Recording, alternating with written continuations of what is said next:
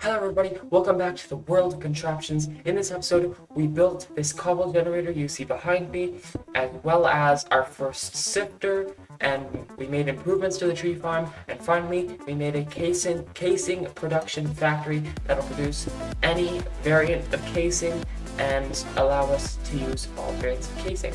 I hope you enjoyed this episode. Future plans. I am going to eventually definitely make a steam engine because that's going to be my source of power in the future, but I don't know if I want to make that now or if I want to make some more kind of automation systems up and running, because what I could do is I could make a rotational speed controller, uh, precision mechanism factory. That's not super important. I don't know exactly how many things I'm going to use it in, but I'm not too concerned about it at the moment. The bigger thing is a casing production thing, where I could put in wood and then whatever I need to apply to the casing, and then it would apply it to the stripped wood variant, and then it would pick up the job. I saw like Zedaph made a version of that as like a flat tree, basically like a flat area, and he had three deployers, one which placed the wood down, one which stripped the log, one which applied the casing item type. So like maybe it was bronze, maybe it was copper, maybe it was andesite alloy, maybe it was obsidian sheets, I think, for the train casing. And then it used a drill to pick it up. And I think I will be doing a very similar thing. First, I put in the chest and the hopper output, then I put in the drill on the top and the deployers on the sides. Then I decided to switch the drill to the back for more ease of access and have all the rotational directions from the same way from the back, and I put all the hoppers. Then I connect all the rotational inputs with shafts and gearboxes, and then after I complete that system, I connect it to a windmill bearing with sails so that everything rotates from one connection. And then I test it to see if it works, and it does collect casing. So, what I did was, now behind all of these dangerous contraptions, I have my wood supply coming in here. So what I decided to do was make a casing production system right here. So what happens is that all of it is powered by this one windmill. It's moving very slowly because I kind of want it to just be a passive system when I want to make a bit of stuff. If I need to, I'll speed up the system or make it be able to move faster with rotational speed controller or something. I can probably plug that in easily. But for now, this works pretty well. Basically what happens is that okay, so this deployer, it takes wood. So I pump oak wood on the top. Right now I only have 18 in there because I only have a bit of casing that I need to use, exactly 18 of each. So 18 wood, the wood places here. Then these come at almost exactly the same time. So the axe strips it, and the whatever is placed onto it to make casing. So brass casing, copper casing, train casing, andesite casing. Brass make andesite casing. You'll see these happen at exactly the same time. Look, the axe and the casing right now. See, it's instant. You can't even see the normal wood, and it produces. And yeah, and yeah, it's pretty well. It's pretty good of an efficient system. I discovered very long ago. I discovered I had a skeleton spawner all the way down in my basement. Essentially, I have skeletons in my basement. I know it's crazy, but I discovered that, and now I need to get.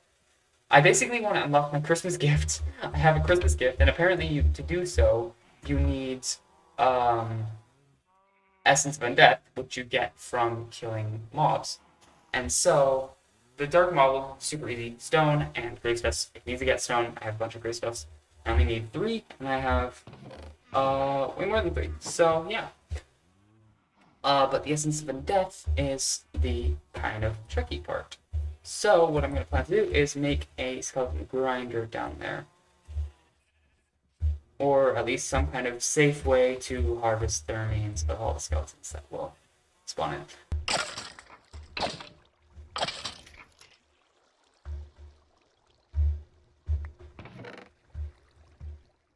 Honestly, Coils is very different to the style of World of Contraptions, like the rest of the Create type stuff. And even some of the Create stuff is kind of different, like the sifters. But I'm kind of fine with that because it's just I like it as a gravestone rod. So basically, I put down the pipes and the pumps so that it would all pump the lava out from there, that source, and it would all pump in through the pipes and the pumps all the way to form cobblestone, and there's water on top. Then I put in rotational power to all of the pumps to make sure that they were all turning. I put chests around the edge because I thought it would help stop the items from going out the sides. I expanded the system so that the water would flow just to the end. More chests around the edges. And then I put some wood underneath so I could add the water, which was a very complicated step. Then I actually put rotational power into the system using a windmill.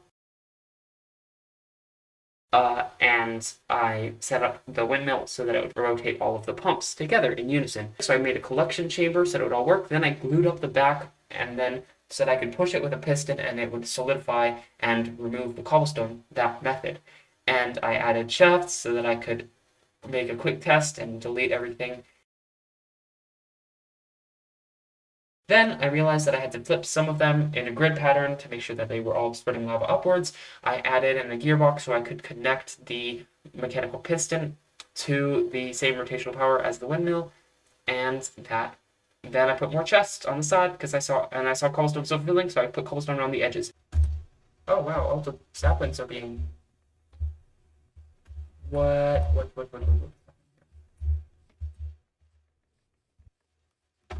Oh no, the system's overflowing.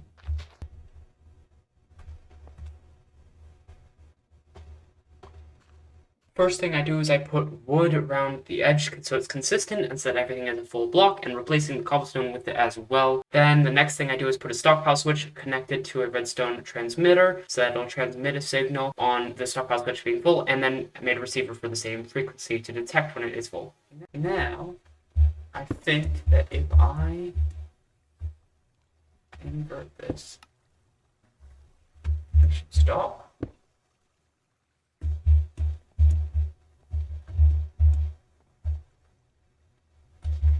Yes, it's working. First, I remove all the redstone components that are there that I no longer need for the cart system, and then after they are all gone, I put in the new cart system that'll go up and then just go down and destroy everything that is in its place as of when it was put down. This is how the system works. This fan rotates. The rotating power goes into this, and it turns this cog, which powers this. It also goes up this vertical gearbox, which turns all of these pumps here, which pump lava spray up there, and then the water converts it into cobblestone. Then there's also this separate system where you see I have a minecart contraption on a minecart assembler, and I have redstone power. Basically, this is a clock, and this is a toggle latch. So every time it's toggled, it changes state. So if it's powered once, it'll turn on. If it's powered once again, it'll turn off. It'll basically it'll turn on, and then you turn it off, then it'll do nothing. Then you turn it on again, then it'll turn off. Then you turn it on off, then it'll do nothing.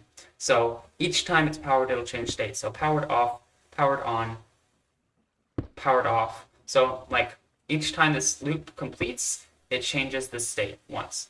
So, and then that's going to go into this minecart contraption, so it's going to make it into a minecart and then make it into a solid surface. And basically this minecart is the entire platform in here. You see how it all is raising up? That's because it's all the minecart.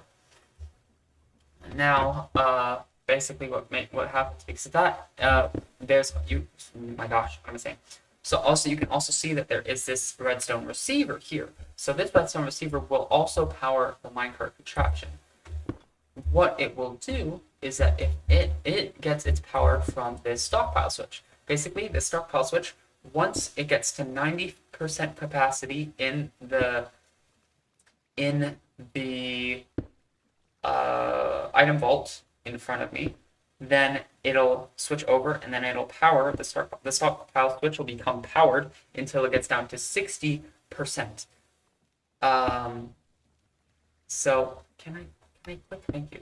So once it's at 60%, then it'll power, and then it'll power that same system, and the power will go back, and it'll stay consistently upright. So the minecart system will be a minecart, and then once it flips over again, it'll depower, and then it'll become a solid surface, and then go through the process again.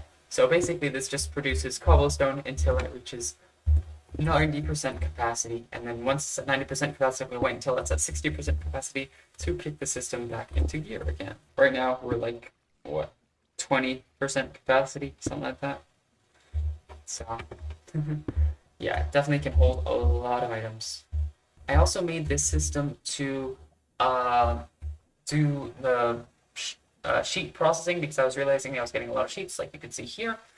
I didn't actually use all of those right now, but I have been making a lot of them for all the vaults because the vaults take iron sheets, 2 iron sheets for each vault, and it takes 3 by 3, so 9 to just make one sliver vault, and I typically need 3 by 3 by 9, which is 9 times 9, which is 81 item vault items for a entire max size item vault, and each item vault gives you one thing. So I need 81 crafts, which means I need 162 iron sheets, 162 iron sheets, and 81 barrels. So it takes a lot of materials. So basically, that's why I was constantly making iron sheets. So what this system does is you put items in the chest, it'll automatically go into the depot. It'll be crushed, and then once it is a sheet, then it'll be placed into this hopper, which will then go into this large chest. I think I'm starting to get some of the basics down. I also made this little sifter system just on the side here, just to sift some sand because it's getting low on redstone, and it'll get me some redstone. This is not from the base create mod, it's from the create sifter mod, but I kind of like that because it'll give you a way to get redstone other than redstone ore, and it also gets you a way to get copper and zinc automatically without needing to get redstone ore. So yeah, I'm probably going to make use of those. They aren't necessarily very create or very Minecrafty, or like it doesn't really match the vibe of either of them, but I am a sucker for complete automation and not partial automation, so I wouldn't want to make a giant mining drill just because there was one resource which wasn't automatable.